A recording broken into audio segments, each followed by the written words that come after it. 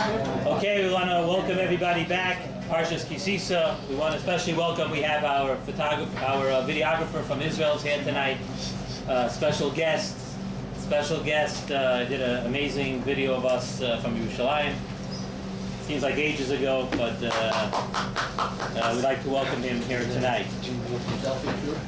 On the additionally, in addition to it being Parshas Kis Sisah that we're going to speak about tonight, is also Purim Katan. As amazing as it sounds, it's a year since last year Purim.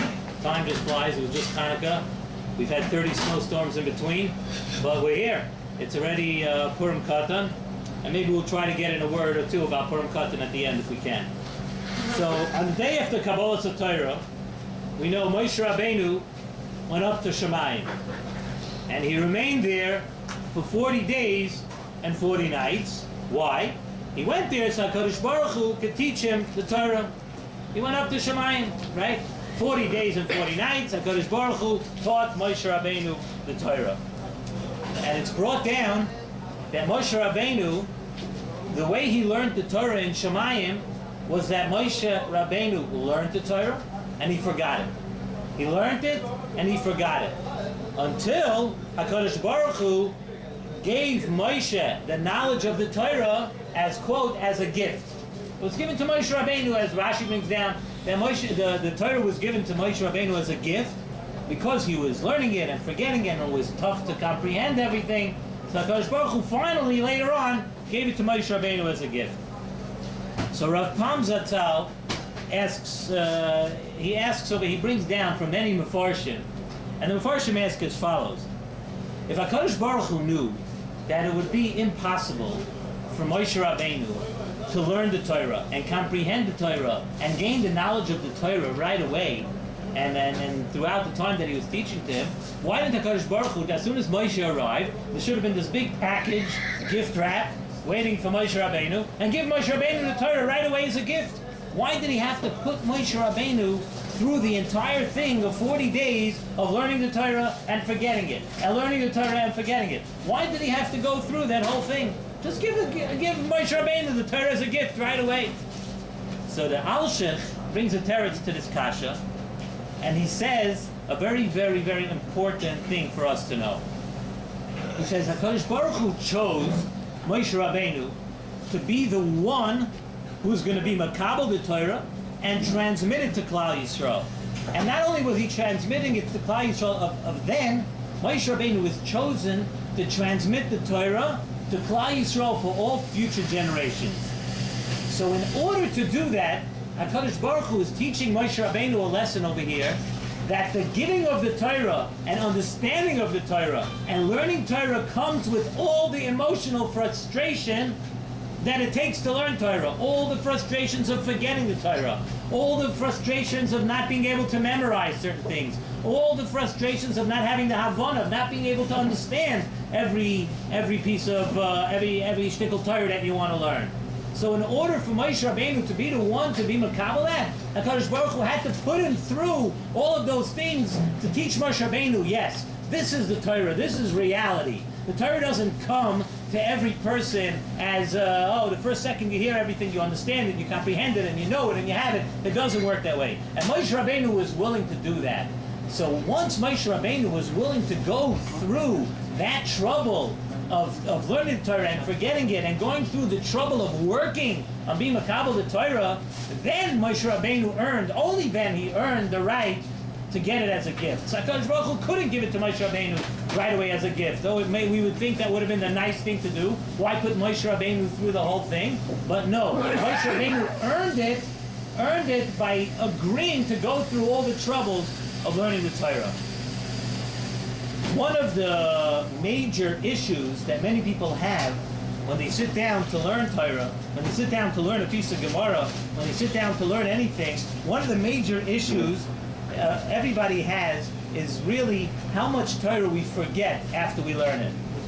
Right? We all learn, and some more than others. Some are able to retain things a little bit better than others, but generally it's safe to say that even the biggest goyim and the biggest geniuses and even people with photographic memories, they forget something along the way. Something gets forgotten. There are very few people that have that steel trap and able to keep everything in. Right? That's one of the things.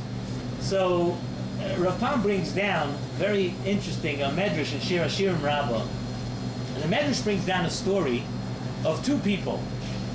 Two people were hired by somebody to take water, the medrash says, and to fill up a wicker basket with water.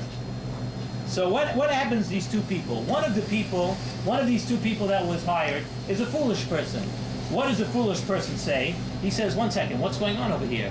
What am I doing? Why would I even bother to take water and pour it into a wicker basket if it's going to go right through the basket and hit the ground? The basket is not going to retain any of the water. It's all going to leak out." That's the person who's foolish.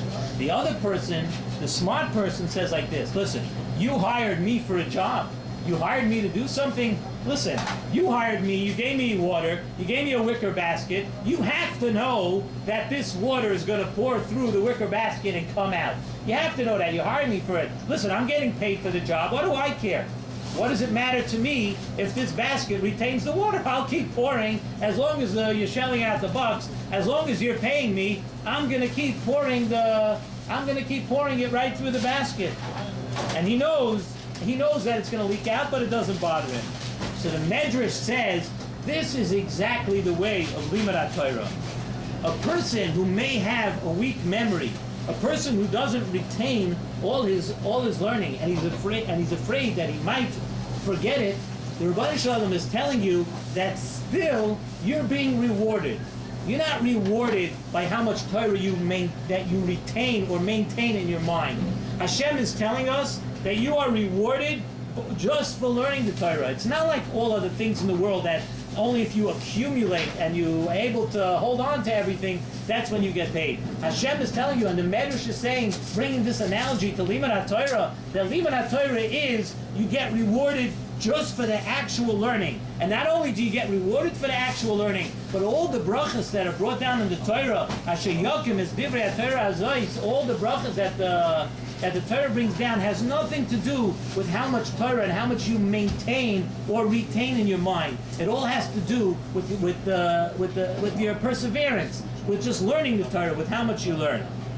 And the Sefer Hasidim says, and it's a very interesting thing to know, and only the Sefer Hasidim, he has the koyach to say such a thing. He says that all the learning that if a person works on his learning in Olam Hazeh, and a person works on his learning when he's here on this world, that all the Torah that you put your mind to it, and because of who you are, you're not able to retain it, and you're not able to understand it, all of that Torah, when you get to Olam Haba, it's going to be yours. You're going to understand all of it. Sefer Hasidim says, it's written right there, that if you work on Torah, but just you're not strong enough, you're not able to memorize it, you're not able to keep it in your head for all the time, when you get to Olam Haba, it's going to be sitting there waiting for you. That's your Torah. You're going to be able to, it's all accumulated, but it's waiting for you over there. And really, that's the way it is with everything in Ruchnius. And all Ruchnius matters. A person has to always know that what's rewarded for Ruchnius is your effort. Not necessarily your achievement. Not necessarily what you were able to keep and you were able to accomplish. In other words, even for a mitzvah, if you try but you're not able to, Rav Pam happens to bring down, he says a perfect example is somebody who read somebody else, you read a shidduch, but it doesn't work out. So what do you gain from the whole thing? Zok Rav Pam. That's part of it. The person's supposed to try and try and try again. You're supposed to keep trying. And that's what a person is rewarded for. And that is what we get. And that's the lesson we learn from Moshe Rabbeinu. And this is also a perfect lesson to learn tonight. Tonight is Purim Katan. And we know, it says in the Megillah, Vayehudim Haisa Oira B'Simcha V'Sasa Vikar. And the Gemara, Megillah, brings down that Oira Zu Torah. That it says Kimu v'Kiblu HaYehudim, also that the Yidden were makabel the Torah again on Purim. Kiblu, they were mashakiblu kvar, what they already had once been makabel. Now they were makabel again. They reaffirmed their Kabbalah. Today we have an extra month this year. But it's brought down. We know we're not going to say Tachanun tomorrow. Tonight is a Simcha. Everybody, I'm not saying anybody should go home and get drunk tonight. I don't advocate that, but definitely all the schusim and all the things of like Yehudim Hoysa Oira B'Simcha Sasam Vitar and the Oira Zutara. We have a special opportunity this week being Parshas Kis Sisah and what we said about it, about how we're rewarded for the effort today and Purim and Shushan Purim, which is Friday and Shabbos this week. It's a perfect time to put that into practice, to put that into use, and try to put our effort into the Torah and not concentrate so much on what we retain, but concentrate on just sitting down and putting the effort into it. I'll drink that.